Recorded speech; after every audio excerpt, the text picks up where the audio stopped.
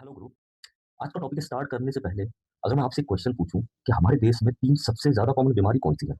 सो मुझे लगता है कि 80% लोगों के दिमाग में बीपी, शुगर और हार्ट अटैक आएगा। इंटरेस्टिंग बात और समझने की बात ये है कि ये तीनों बीमारी आपस में जुड़ी हुई हैं। किस तरह से जुड़ी हुई हैं? आज का टॉपिक हमारा यही है। हम डिस्कस करते हैं ये कैसे हो सकता है।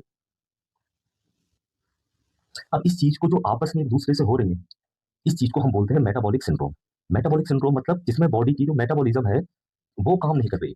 मेटाबॉलिज़्म का मतलब होता है कि कैसे फैट यूज़ होना है, कैसे शुगर यूज़ होना है बॉडी में, वो खराब हो चुकी है। यही हमारा टॉपिक है। अब हम आते हैं कैसे करके ये एक-दूसरे से जुड़ी हुई हैं और आखिर कहाँ से चीज़ें स्टार्ट हो सकती हैं। देखो सबसे पहले ये कोई रूल नहीं है कि ऐसे ही होगा। जैसे बीपी के और भी रीज़न हो सकते हैं, हार्ट के बीमारी के और भी रीज़न हो सकते हैं, शुगर के और भी रीज़न हो सकते हैं, मोटापे के और भी रीज़न हो सकते हैं और स्ट्रोक इन सब के अलग-अलग रीज़न भी हो सकते हैं। पर जो मैक्सिमम हमारी जनरेशन, हमारी पॉपुलेशन में जो है, वो देखते हैं हम कि चीज़ें जो होती हैं मैक्सिमम स्टार्ट होती हैं ओबेसिटी से। ओबेसिटी का मतलब मोटापा। मोटापे का मतलब होता है मोटापे की वजह से क्या होगा? देखो मोटापे की वजह से इसका मतलब है कि बॉडी में फैट की मात्रा ज़्यादा हो गई। इसमें क्या होगा? फैट की मात्रा ज़्यादा होने से मान लो ये खून की नस है। ये खून की नस है, इसके अंदर अगर फैट जमा हो रहा है, फैट जमा होने की वजह से क्या होगा कि ये जो बॉडी के अंदर शुगर को यूज़ करने के लिए, शुगर मतलब हम खा रहे हैं मीठे मीठे की वजह से शुगर जो हो रही है, ठीक है? तो उसको यूज़ करने के लिए हमारी बॉडी के अंदर एक इंसुलिन हार्मोन होता है। वो भी इस खून की नस के अंदर होता है, खून के अंदर होता है। और मान लो अगर यहाँ पे फैट है, तो ये इस इंसुलिन को काम करने नहीं देगा। मान लो इसको ये इंसुलिन चाहिए थी, तो ये अंदर जाने नहीं देगा, काम करने नहीं देगा, जिसकी वजह से ये शुगर,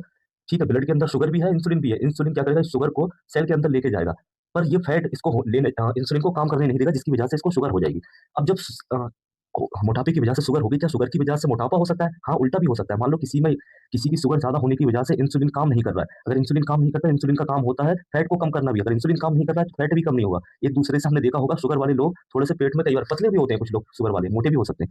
अब एक चीज़ है क्या शुगर की वजह से जो है, अब शुगर में क्या है कि ब्लड के अंदर ये सब शुगर जम गया है, तो खून की जो नस है इसके अंदर, तो इसमें खून का दौरान कम हो गया है, जिसकी वजह से वो खून का दौरान जो नसें होती हैं वहाँ पे भी कम जा रहा है, जिसकी वजह से पेन होता है उन लोगों को। अब जो भी नसें दिल को जा रही हैं, उनको दिल को भी सही करके खून नहीं जा पा रहा है, तो इन लोगों में हार्ट अटैक के चांस बढ़ जाते हैं। हार्ट अटैक को अगर हार्ट अटैक आ गया तो पूरी तरह से वो काम नहीं कर पाए तो फेल भी हो सकता है। जिनको हार्ट की बीमारी होगी, ब्लड वेसल में उनके फैट जमा पड़ा है, तो उनका क्या होगा? बीपी की बीमारी के चांस बढ़ जाएँगे। उसको बीपी की बीमारी के चांस बढ़ जाएँगे और बीपी की वजह से हमने देखा है कई बार ज़्यादा बीपी हो गया तो नस वगैरह फट सकती है। कई लोगों को नाक की नस फट जाती है तो नाक से खून आ जाता है। कई लोगों की अगर दिमाग की नस फट गई तो दिमाग में खून भर जाएगा, जिसे हम स्ट्रोक बोलते हैं, या जिसकी वजह से किसी कई लोगों को हमने देखा होगा कि कोमा में चले जाते हैं या हाथ-पैर काम करना बंद कर देते हैं, पैरालिसिस भी। अब बीपी की वजह से क्या होता है, इसकी वजह से जो फैट वगैरह जमा हो रहा था ब्लड वेसल में, ये इसकी वजह से ये और ज़्यादा बढ़ जाता है, जिसकी वजह से मोटापा और ज़्यादा हो सकता है। सो कहने का मतलब क्या है कि बीमारी एक-दूसरे से, ये इससे जुड़ी हुई है, ये इससे एक-दूसरे से सारी जुड़ी हुई है, ये सारी बीमारी। अब यहाँ से हमें समझना क्या है, क्योंकि ये